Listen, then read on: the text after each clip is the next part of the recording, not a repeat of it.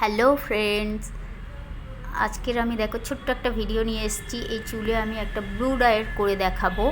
Blue Dier করার ফলে কিভাবে চুলে একটা শাইন এবং গ্লো চলে আসে সেটাই আজকে তোমাদের সাথে শেয়ার করব। আর মাধবী বেস্ট বিউটি ফ্যামিলি চ্যানেলে সকল ইউটিউব ফ্যামিলিদের জানাই অনেক অনেক স্বাগত ও অনেক অনেক ভালোবাসা।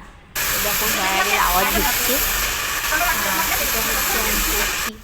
চুলে ভালো করে আগে প্রথমে শ্যাম্পু এবং কন্ডিশনার করে নিয়েছিলাম। তারপরে চুলটা যদি খুব বেশি রাফ হয় তাহলে ভিজে অবস্থাতেই জাস্ট 80% ভিজে থাকবে, ওই অবস্থাতেই ব্লো ড্রায়ার করতে হবে।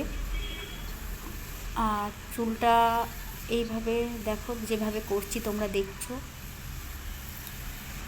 খুবই ভালো শাইন চলে আসে।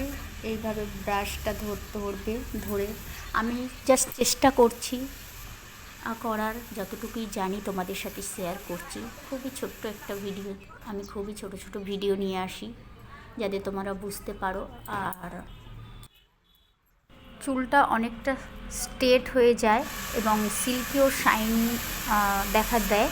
কেননা 70 থেকে 80% ভিজে থাকলে চুলটা খুব ভালোভাবে ড্রায়ার হয়, কেননা গরম হাওয়া ড্রায়ার চালানো হয়, তো চুলটা অতটা রাফ হয় না।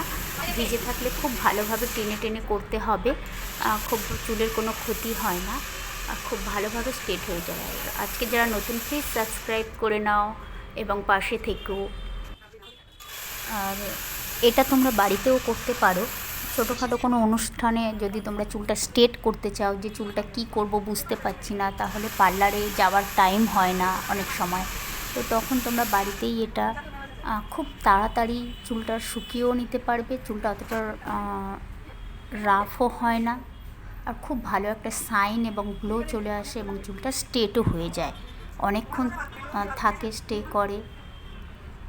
জল না দিলে দুটো একটা এটা তো খুব চলেই যায়, এক সপ্তাহ বললাম, খুব ভালোভাবেই থাকে, তোমরা দেখবে নিজেরা। তো যেইভাবে টেনে টেনে করলাম, এইভাবে দেখো পুরো চুলটাই কতটা দেখতে সুন্দর লাগছে। Thank you.